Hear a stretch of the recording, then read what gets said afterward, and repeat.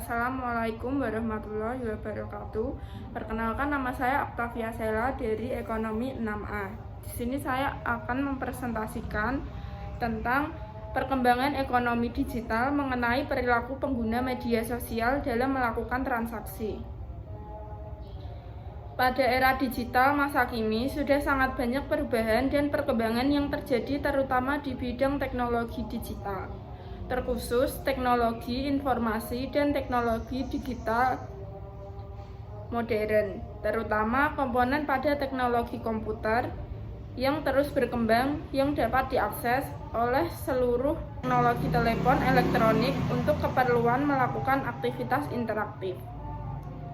Kemudian permasalahan dalam hal ini yaitu keterampilan dan pengetahuan dalam memahami suatu alat komunikasi berupa teknologi informasi yang berseteru di dunia saat berbagai bidang semacam internet, data komunikasi, didikan, dan keuangan yang berjuang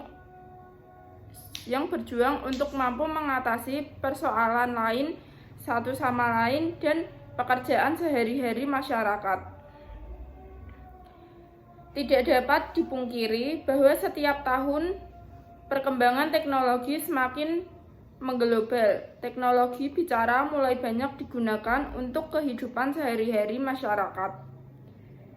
Kemudian untuk pembahasan perkembangan teknologi yang berbasis pada elemen teknologi digital tidak lepas dari dampak perkembangan teknologi yang berskala besar. Hal ini membuat teknologi massa digunakan untuk transaksi untuk memudahkan pelayanan masyarakat demi peralihan bisnis hanya dengan mengusulkan keputusan dari tujuan baik ketika melakukan transaksi keuangan. Ekonomi digital memiliki dampak positif khusus terhadap perilaku pengguna media sosial. Teknologi yang memfasilitasi informasi dan pelaksanaan transaksi tatap muka jarak jauh pada produk yang dipertukarkan.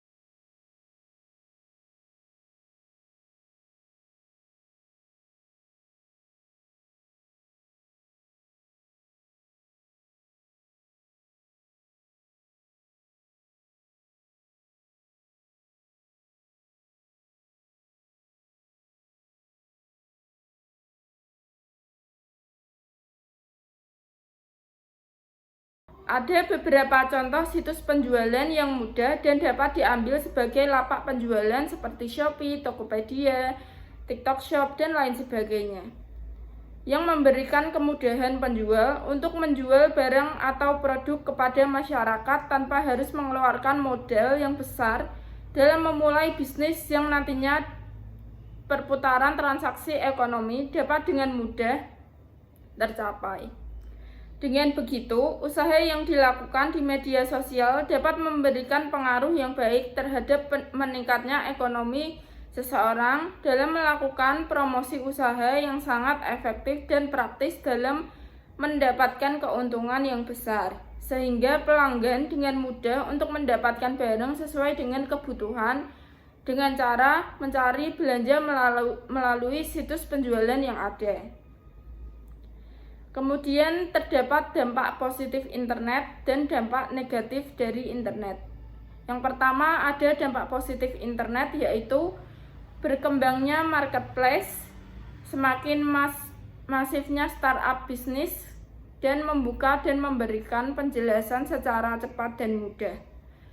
Kemudian dampak negatif dari internet yaitu munculnya informasi hoax, munculnya informasi keliru, dan munculnya informasi palsu. Kemudian peluang bisnis di era revolusi industri 4.0. Era revolusi ini telah membawa peluang yang sangat besar bagi industri layanan keuangan. Revolusi ini akan menghasilkan peningkatan efisiensi, pengurangan biaya produksi, dan penyederhanaan proses bisnis.